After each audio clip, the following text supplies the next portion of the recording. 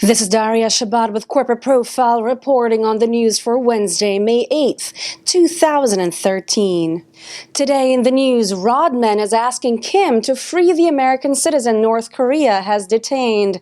Arrests were made of people responsible for one of the world's largest diamond heists, and a biomass satellite will be launched to monitor Earth's forests.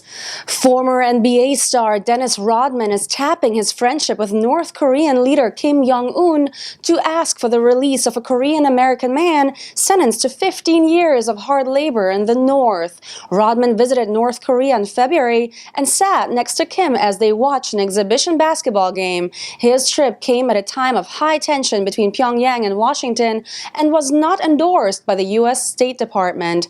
The American citizen in question is a tour operator who was arrested in North Korea for unspecified hostile acts against the state. Allegedly, the 44-year-old Washington state man entered the country with a disguised identity. North Korea's foreign ministry rejected speculation that it was seeking a U.S. envoy to negotiate the man's release, saying he's not a political bargaining chip. Well, let's see if Rodman can do some hoops with Kim and work his magic.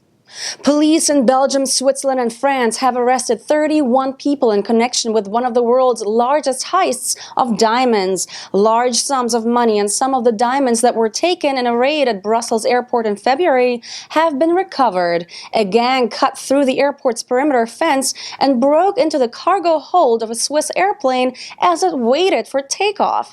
They took $50 million of rough stone diamonds that were being transported from Antwerp to Zurich. Prosecutors say professionals were at work, they had dressed as police, wore masks, and were well armed. The whole operation took only 5 minutes, no shots were fired, and no one was hurt. Sounds like a great idea for an action movie to me, except that in this case, there was no happy end for the thieves.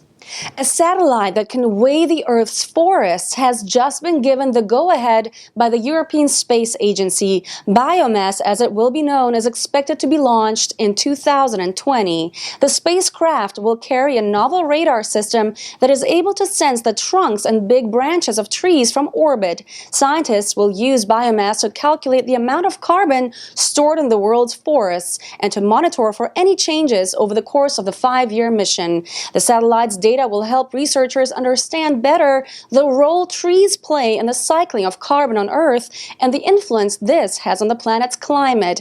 This mission will cost 400 million euros, a small price to pay to find out how long we humans will ultimately be able to survive on our planet Earth if we continue to pollute it. I'm Daria Shabbat with Corporate Profile. Make sure to visit our website at corporateprofile.com for more top headlines from around the world, as well as interesting business profiles. Post your comments, like us on Facebook, and follow us on Twitter.